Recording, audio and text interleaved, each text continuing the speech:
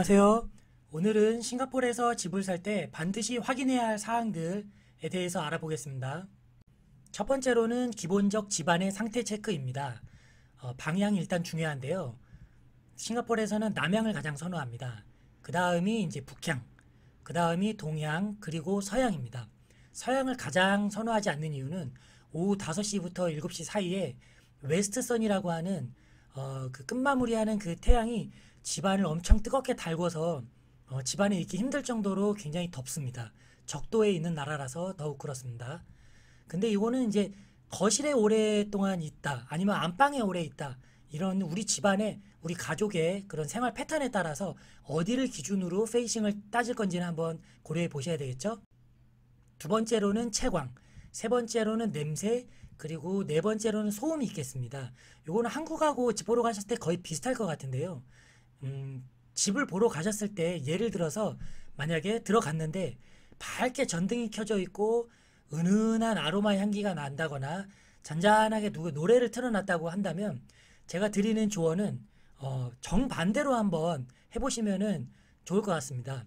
그래서 전등이 켜져 있다 그럼 불을 끄시고요.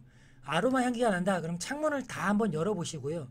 노래소리가 난다 그러면 창문을 다 열어서 비교를 해보시면 이 집이 자연 채광이 어느 정도 들어오는지, 그리고 향기가 없어졌을 때 어떤 뭐 쿰쿰한 뭐 곰팡이 냄새가 난다든지 아니면 소음이 난다든지 주변에 공사 현장이 있다든지 하는 부분들을 알아내실 수가 있겠죠.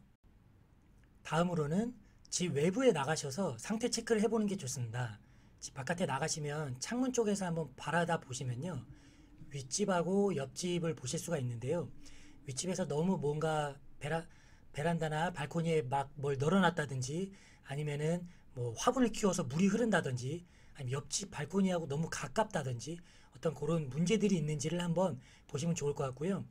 이웃, 네이버 리스크가 한국만큼은 크진 않습니다. 싱가포르는 층간 소음도 거의 없는 편이고요.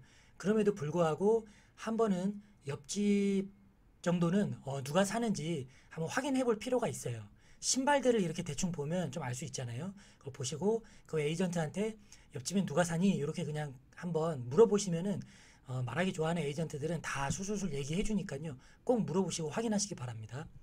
주차장 중요한데요. 주차장이 지하에 있는 경우도 있고 지상에 있는 경우도 있고 그리고 야외에 있는 경우도 있습니다. 주차장이 어디에 있는지, 어떻게 동선이 짧게 갈 수 있는지, 아니면 비를 맞고 가야 되는지 이런 것들은 꼭 확인을 하시는 게 좋습니다.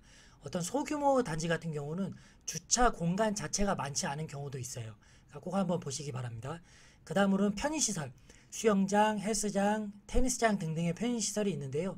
어떻게 잘 관리가 되고 있는지 그런 부분들을 꼭 한번 확인하시기 바랍니다. 다음으로는 관리비를 꼭 물어보시기 바랍니다. 관리비는 일단 공동사용 경비가 있습니다.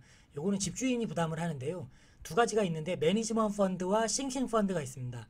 매니지먼트 펀드는 반복적이고 일상적으로 들어가는 비용, 시큐리티라든지 공동 주차장, 엘리베이터 관리 비용 등으로 매달 비용이 나가고요. 그 다음에 싱킹 펀드가 있는데요. 요거는 일시적이거나 비용 규모가 큰 보수 작업, 1년에 한 번 한다거나 몇 년에 한 번 한다거나 하는 뭐 단지 전체의 페인트 도색이라든지 수영장 전체의 시설 업그레이드하는 비용으로 나가는 비용들인데요. 공동사용 경비의 예시를 제가 한번 가져와 봤습니다. 제 고객분이 내는 비용인데요.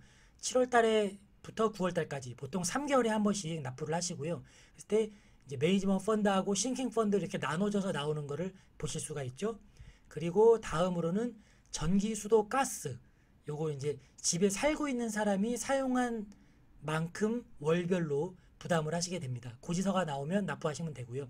SP 서비스라는 싱가포르 정부 기구에다가 내시면 됩니다. 다음으로는 인근의 개발 계획을 꼭 문의를 하십시오.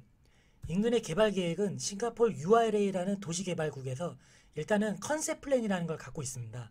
4, 50년 후에 인구, 경제, 교통, 환경 등을 고려해서 장기적 도시 개발 계획을 하고 있고요. 10년마다 리뷰하고 업데이트를 합니다. 그 다음으로는 마스터 플랜이라는 게 있습니다. 컨셉 플랜을 바탕으로 해서 10년, 15년에 가까운 미래를 세부적으로 계획을 하는 겁니다. 5년에 한 번씩 리뷰하고 발표합니다. 싱가포르 도시개발부 사이트에 가시면 언제든지 보실 수 있습니다. 자, 그러면 마스터 플랜이 실제 어떤 도움을 줄 수 있는지 한번 보겠습니다. 왼쪽은 싱가포르 지도고요. 오른쪽은 마스터 플랜 2019년도에 발간된 내용입니다. 여기는 원놀스라는 서쪽에 있는 지역입니다. 일단 마스터 플랜 안에 보시면 숫자가 있습니다. 숫자의 의미는 지을 수 있는 건물의 높이입니다. 그로스 플랫 레이시오라고 해가지고요. 밀도를 나타냅니다. 밀도가 높으면 높을수록 혼잡하니까 위로 올라가야 되겠죠.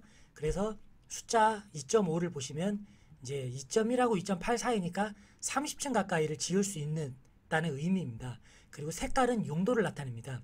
그래서 여기를 보시면 바로 레지덴셜과 1층에는 커머셜을 쓸 수 있다. 그래서 요거는 2층부터는 주거용, 1층에는 상업용이 들어와 있는 겁니다. 그리고 순수하게 거주용으로만 쓸 수 있는 거는 바로 이 귤색이 의미하겠죠. 그리고 커머셜은 이제 군청색으로 표시가 되어 있습니다. 상가겠죠. 그러면 실제 한번 이 지역에서 현재 분양 중인 원놀스 에덴이라는 콘도를 예를 들어서 한번 설명을 드려보겠습니다. 자, 보시면 원놀스 에덴이라는 지역은 여기죠. 지도에서 보면 마스터 플랜에서는 여기입니다. 2.5에 커머셜이 1층에 들어올 수 있고 위층에는 거주용을 지을 수가 있도록 되어 있습니다. 번호가 2.5니까 여기 사이가 되겠죠. 그러니까 30층까지 지을 수 있는데요. 개발사는 실제로 15층까지만 짓겠다라고 발표를 했습니다. 그런데 잘 보시면 옆에 UC라고 적혀 있는 애들이 두 개가 있어요. 지금은 녹지로 표시가 되어 있는데요. 잘 보시면 언더 컨스트럭션입니다. 앞으로 개발을 할 건데요. 여기 지금 콘도가 들어올 수가 있다는 거예요. 왜냐하면 거주용이잖아요. 거주용이니까 콘도밖에 못 들어오겠죠. 그런데 여기가 문제가 뭐냐면 3.0이에요. 3.0은 저보다 높은 콘도를 지을 수 있겠죠. 그럼 만약에 제가 분양을 이쪽 방향으로 받았다. 그러면 여기 들어오는 집이 어떻게 되겠습니까? 저의 1조권, 조망권을 가릴 수 있겠죠. 그래서 마스터 플랜을 한번 보시면 좋다는 겁니다. 그리고 마스터 플랜 지도에는 그렇죠. 건축물의 용도와 높이 규정이 표시가 되어 있고 이를 통해 내가 사려는 집의 인근에 다른 개발 계획이 있는지도 확인할 수 있어요. 그리고 중요하게 아셔야 되는 게 이 화이트입니다. 지금 저희 이 원 에덴 콘도 원노스 에덴 바로 옆에 이렇게 비어 있잖아요. 근데 여기는 화이트인데 화이트는 보시면은 싱가포르 정부에서 아직까지 거주용으로 할지 상업용으로 할지 결정을 못 내렸다는 겁니다. 한번 너희들이 제안을 해봐라 라는 거죠. 그래서 나중에 여기는 거주용이 들어올 수도 있고 아니면은 상업용이 들어올 수도 있고 호텔이 들어올 수도 있고 알 수 없는 겁니다. 그렇기 때문에 요거는 한번 꼭 확인을 해보시는 게 좋습니다. 앞으로 어떤 계획이 있는지 구글이나 검색을 해보시거나 에이전트를 통해서 확인을 해보시는 게 좋습니다.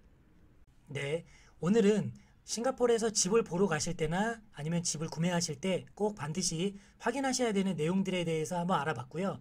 다음 시간에는 싱가포르에서 건물을 짓는 개발업체들, 그들은 누구인지 한번 상세히 알아보도록 하겠습니다.